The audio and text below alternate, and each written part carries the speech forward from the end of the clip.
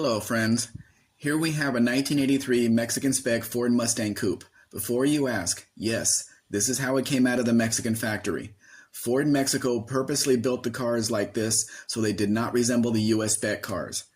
In this case, the Coupe used the Capri hood and grille with the thinner front fenders.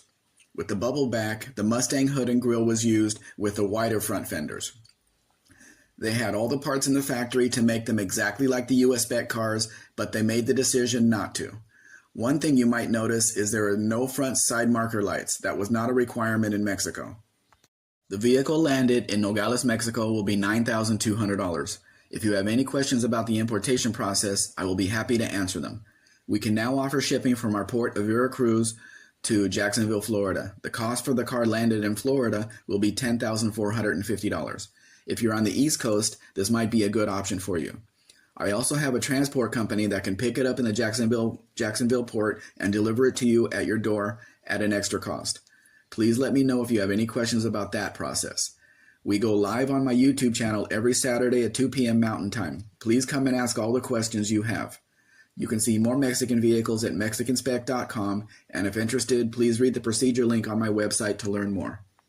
The car is riding on Mexico-only 4-hole wheels in black, which are wrapped with matching BF Goodrich radial TAs. The tail lights are not original to the car, as they would have been the Capri-style tail lights, but these 87 to 93 Mustang GT lights have been installed.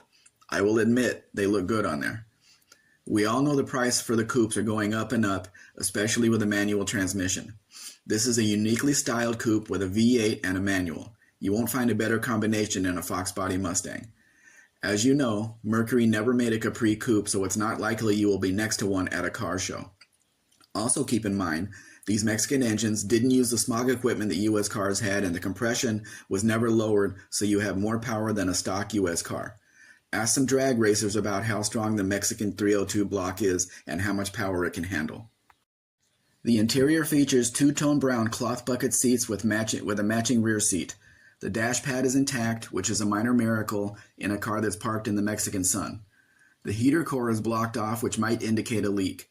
I have a good HVAC shop here that can handle the work relatively cheap.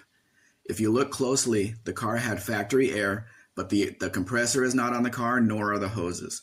Again, my HVAC shop can get all that working, but it will cost a bit, although not as much as the US shop.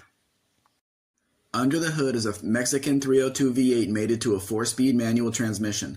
From 1964 and a half until they stopped production in 1984, every Mustang sold in Mexico came with a V8 under the hood, including the 1974 model.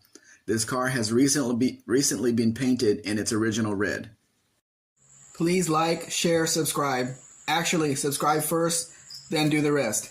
Have a great day.